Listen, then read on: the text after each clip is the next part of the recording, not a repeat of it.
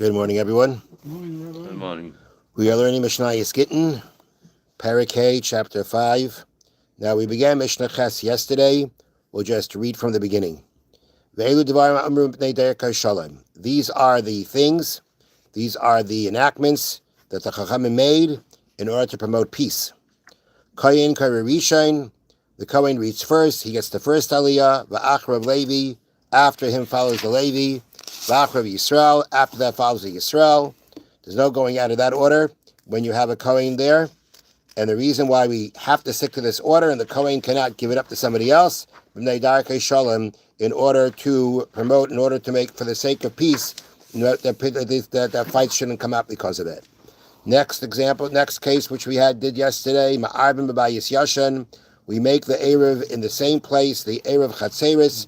The food for the Erev Chatzeris is put in the same house as was done in the past. Again, they Dark Shalom because of ways of peace, because if you put it in a different house, someone's going to come to the house they always used to be in, it's not see it there, and think there was no Erev Chatzeris, see other people carrying into the courtyard and back into the houses, and it'll turn into a whole tumult.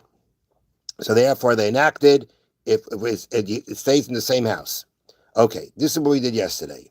Now this is already the part of the Mishnah, the new part of the Mishnah for us. So now, before we read it, a little background. In place where water from a river reached the fields of farmers by means of public canals. And how did the farmers get water? They got water because there were these public canals.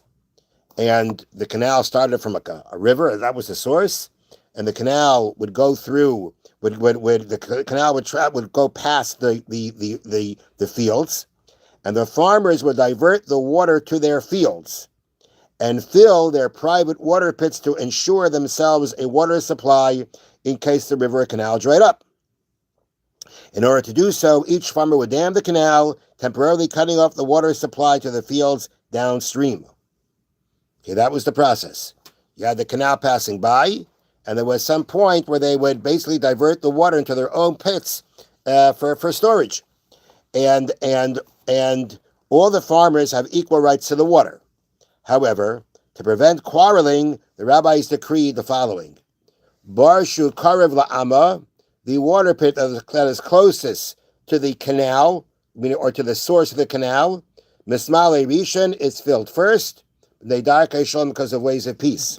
Meaning, to prevent quarreling, the rabbis decree that the farmer whose water pit is farthest upstream and thus closest to the source of the water should be first to fill his pit. The other farmers along the canal then fill their water pits in order.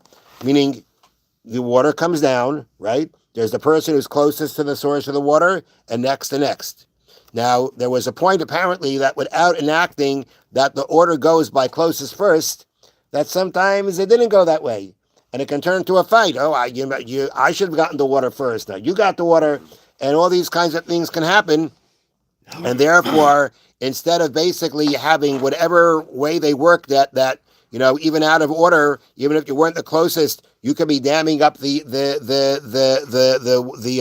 canal first to get your water supply, which could again get somebody nervous that he was passed up.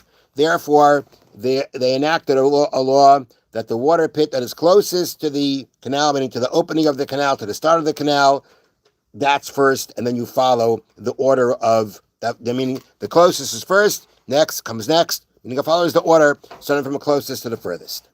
All right, that's another enactment. Here's another one.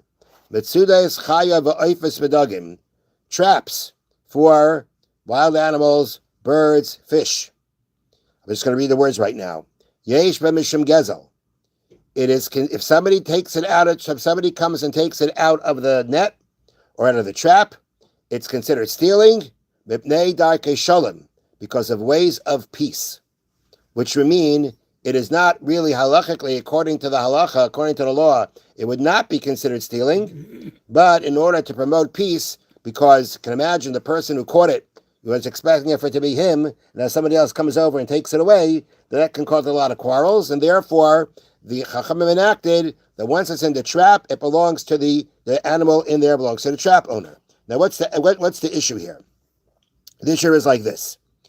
Although under Torah law, the trapped animal does not belong to the trapper until he takes hold of it. Meaning the mere fact that it's in his trap is not going to make it his, because just being in a trap doesn't give you the ability to acquire it. You have to actually take hold of it in order to acquire it. Nonetheless, the Chachamim enacted, the sages enacted, you're not allowed to take out from the trap. Now, what's the issue here? The enactment was needed only for traps that do not enclose their prey. A trap that does enclose its prey is considered a vessel that acquires whatever it contains on behalf of the vessel's owner. Follow that? Meaning, I have a vessel and something falls into my vessel. It's like my courtyard. And my courtyard can acquire for me, my vessel can acquire for me. But here, where you have this kind of a trap, and I don't know how these things work, but you have a trap that encloses its prey and a trap that does not enclose its prey. So if it encloses, I guess so. And what's the other way? It grabs it? The trap grabs its hand. It's not enclosed. Okay. If it basically has an enclosure for it and closes it in, that's called, it's in a vessel, it's in your vessel, and that would have acquired it for you according to Torah law. And in that kind of case, if somebody tries to take it out of the trap, he's a 100% full-fledged ganef, gazlan, because you acquired it then. But we're talking about cases where it's not enclosed. It's just like trapped, it gets its foot caught in trapped, right? So nothing is enclosing. It's not inside the trap owner's kli, his utensil. Mm-hmm. That is where the chacham, now again, according to the Torah law, you didn't acquire it yet until you get it. If somebody walks over, opens up the trap, takes the animal, takes the animal himself, there's nothing you can do about it because nobody acquired it yet. However, the chachamim said that once it's in the trap, you're not allowed to take it. And why? Because of ways of peace. Now, Rabbi Yossi Omer Gezel Gomer. Rabbi Yossi says, no, this is 100% stealing. If you take something out of the trap, it's 100% stealing. Now, what that means is not that Rabbi Yossi says, according to Torah law, it's 100% stealing. It's considered 100% stealing according to rabbinic law. And the difference between when we said before it's considered gezel because of ways of peace, Rabbi Yossi says it's complete stealing, is that according to the first opinion, you, because of ways of peace the Chacham and the sages enacted, you may not go over to that trap and take it away. Because we want to avoid fights. We want to avoid any kind of quarreling. So therefore, they said, you are not allowed to take it away. And what if you didn't listen and you took it anyway? The Beis Din will not get involved. That far, they did not enact that it should be considered stealing to the point that if somebody does take it, that you can take him to Beis Din to get it back. Rabbi Yossi says no. They enacted it to the degree that they said this is 100% gezel, and if somebody takes it out of the trap, you can take him to Beis Din and get it back. Okay, next case.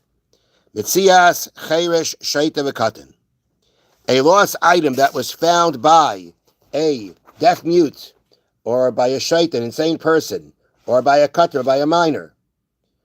The halacha is yesh b'mishum gezel, taking it away from them. Now they found this lost object. If you take it away from them, it's considered stealing, mipnei darkei shalom, because of ways of peace. Rabbi Yossi Omer gezel gomer. Rabbi Yossi says no, we consider it 100% stealing. It's similar to before. As we've said previously, these three people, the deaf mute, the insane person, the minor, they're considered mentally incompetent and thus cannot legally acquire anything. Okay, so when they find it, it's not really theirs. They can't acquire it. Nonetheless, the Chachamim said you can't take it away from them. Because you take it away from them, it's going to cause fights. They're going to try to fight back, or the father is going to try to fight back, or the relative is going to try to fight back, and therefore it's not the way to go. And therefore the Chachamim said, Yesh b'mishum gezel, not allowed to take it away. But according to the first opinion again, the halacha is that if the person does take it away from them, you can't go to Beis Din for it. The rabbinical court won't get involved. Rabbi Yossi says no, gezel gomer, it's 100% stealing. It is considered, the Chachamim considered it a full-fledged stealing, and therefore if someone did take away from these people, the halacha would be you can take them to Beis Din to get it back. Okay, we'll stop here and continue tomorrow. Have a wonderful day.